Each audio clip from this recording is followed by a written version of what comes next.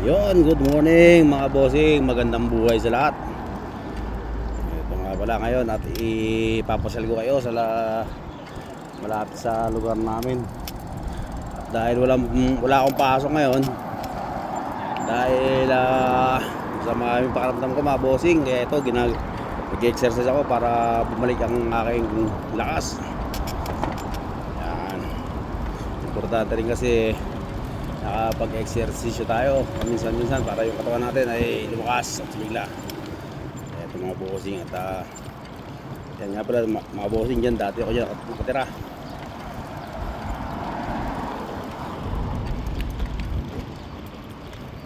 Ayun na, ito yung building na ito, ginagawa pa lang hanggang ngayon. Bali matagal na yung ginagawa mga bossing, hindi pa rin siya talaga tapos. Yan yung building na yan.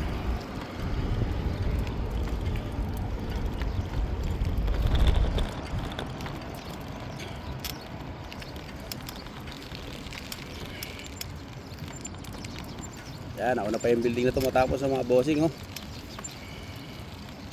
Ganda, no? Pero maganda rin yung building na ito mga bossing. Medyo iyan natin,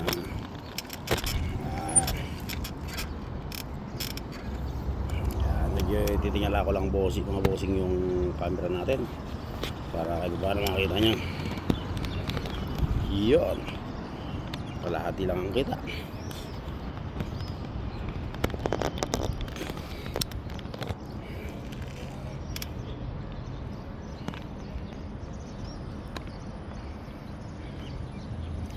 Yan.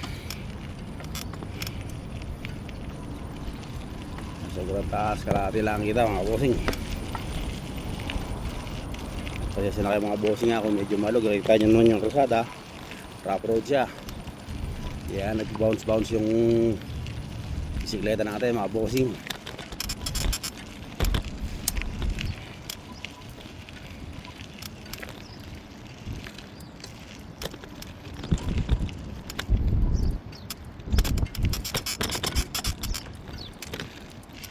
Mga bossing, ano bang pinakamagandang holder ng para sa cellphone para hindi siya magalaw kung sasakaling nadadaan tayo sa lubak-lubak?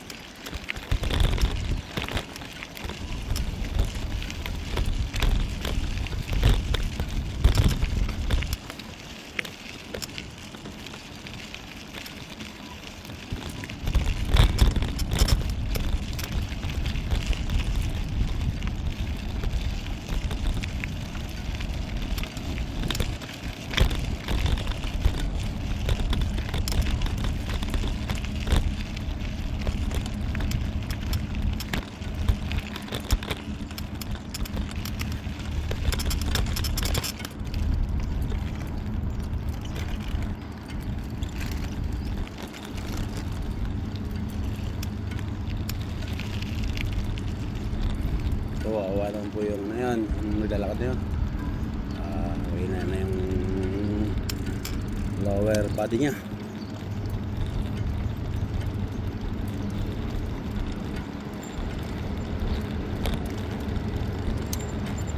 Yan, bali yan, mag-ikot-ikot muna tayo dito mga bossing. Salgo kayo sa malapit dito sa lugar namin. Yan.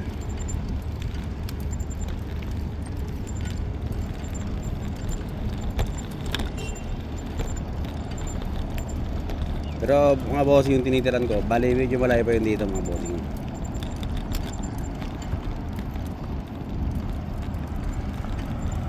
Dati dyan din ako nakatira sa may mataas na building na yun.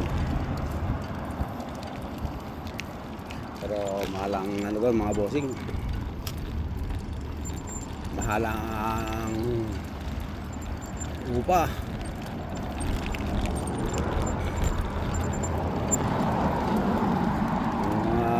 Ay sumaabot na mga single bedroom. Sobrang laki, ayoko na lang talaga sabihin, sobrang laki. Pero may mga na-afford nila kasi gawa na pamilya sila, marami sila. Ayun, sharing natin. Kaya pagaan sa kanila.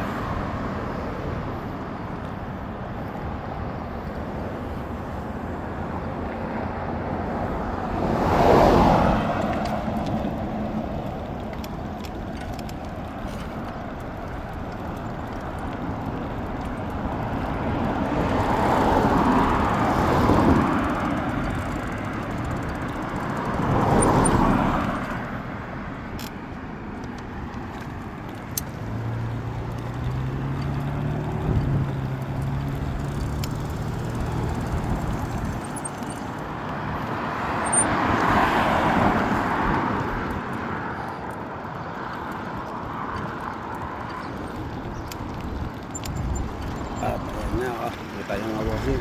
Ang ganda ng truck.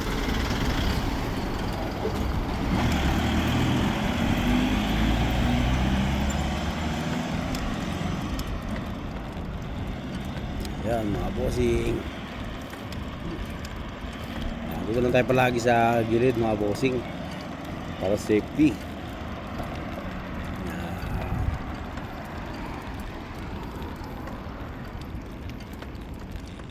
Medyo maganda-ganda yung panahon mga bossing, sarap pa magbike. Maalinsakan pa, ano pa yung panahon, medyo malamig-lamig pa yung hangin.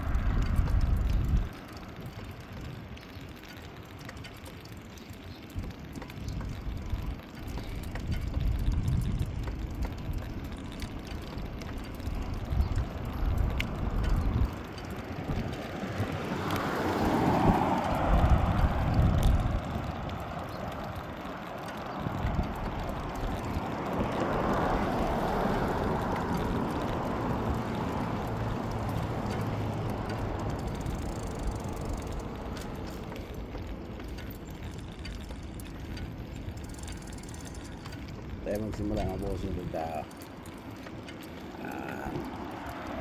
Ganda ng panahon mga bossing, nakapapansin yung mga bossing, pati yung mga establishmento rito ay napakaganda.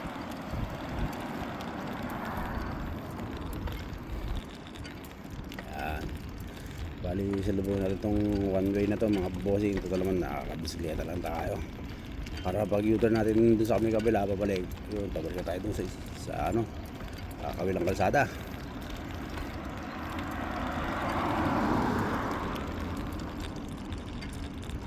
Bali tayo sa pwesto na to kasi ito ang bali pinaka parking. So pwede tayo rito. Yan.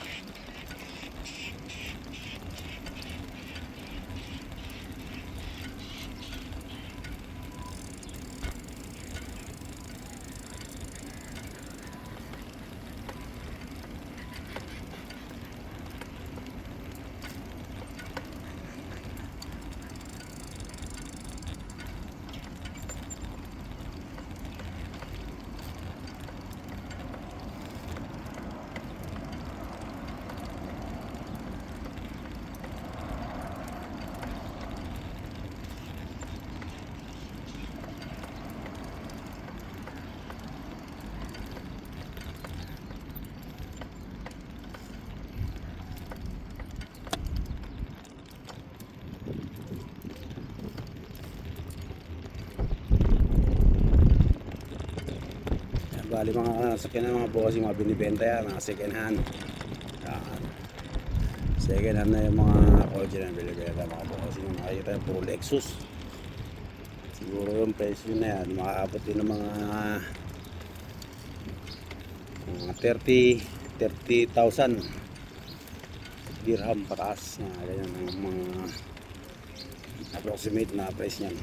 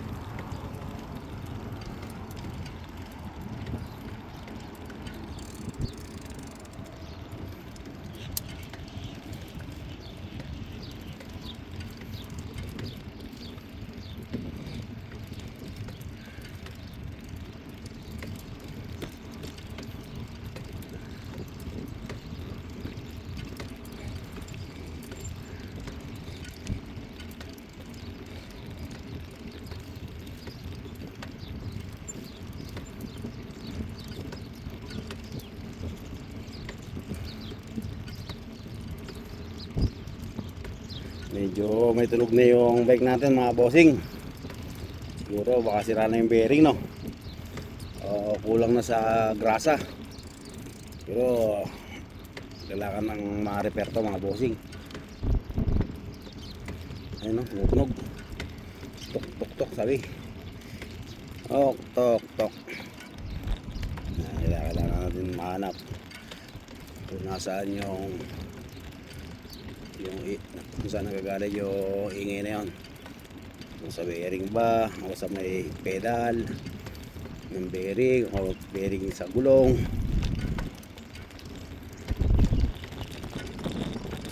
Pero usually yung mga ganyan na bearing na maingay sa ano, mga bossing, no? Sa gulong, no? Bearing gulong, sa gulong doon bumula.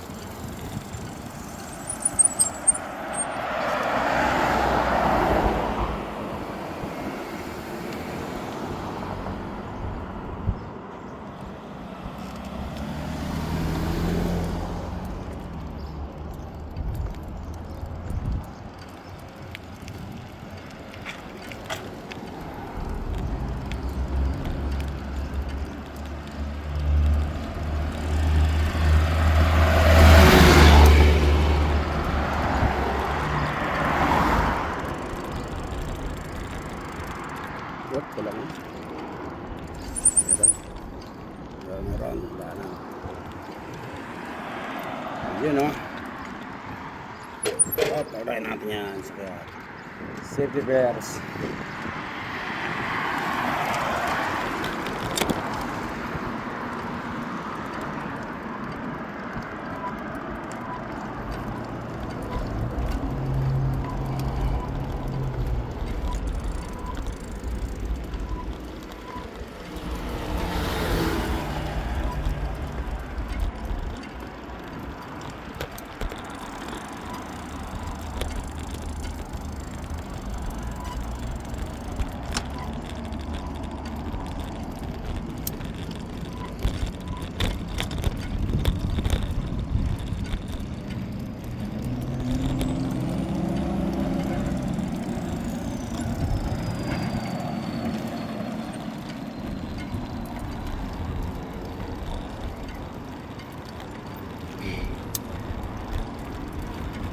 Yun mga bossing, medyo malayo na yung nababike natin at nakapag-exercise tayo ng mga 30 minutes. Okay na siguro ito mga bossing, no? Mga ayan, mga ganyan 30 minutes para kahit paano lumakas lang ulit ang katawan. Okay, galing ako sa trangkaso, so higa-higa lang ako at ubo-ubo. Nanakit lang lalo ang katawan ko, lalo ba ako makakaramdam ng sakit.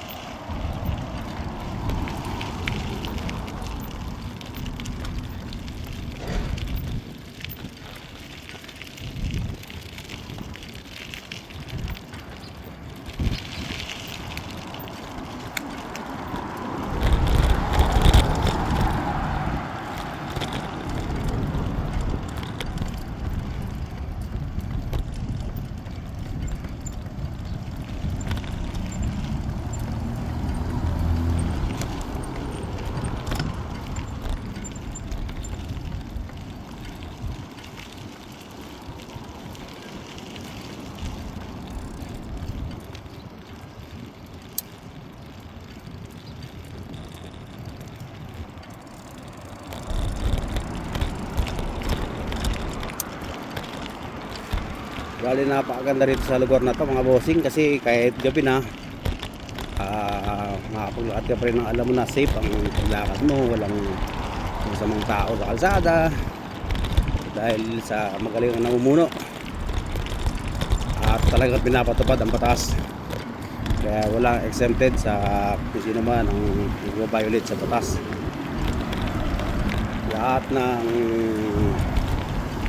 Lahat ng violation ay may kakulang kaparusahan mga bossing, dahil magaling ang namumuno dito, napapatupad ng maayos yung na-implement nilang batas talaga. Kaya ito, napaka-peaceful nitong bansang to, napaka-peaceful ng lugar namin.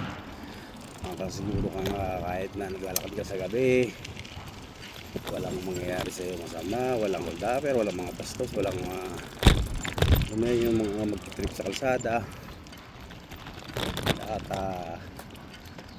Lahat kasi ng dito, lahat ng pag kumuha kasi ng hindi maganda dito, lahat ng hindi maganda na yun, lahat yun may kaparusahan. Kaya ang mga tao dito nasa disiplina. Importante kasi yan, at lagi natin baunin ang respeto sa ibang tao at malawak na pangunawa at mahabang pasensya ang kailangan. Mga bossing, siya nga pala sumurka tayo kasi masyadong maraming sakyan doon. Dito tayo para safety. At hanggang dito na lang muna ang ating video for today mga bossing. February 24, araw ng Martes. Mag-iingat po tayo palagi mga bossing. Magandang buhay sa lahat.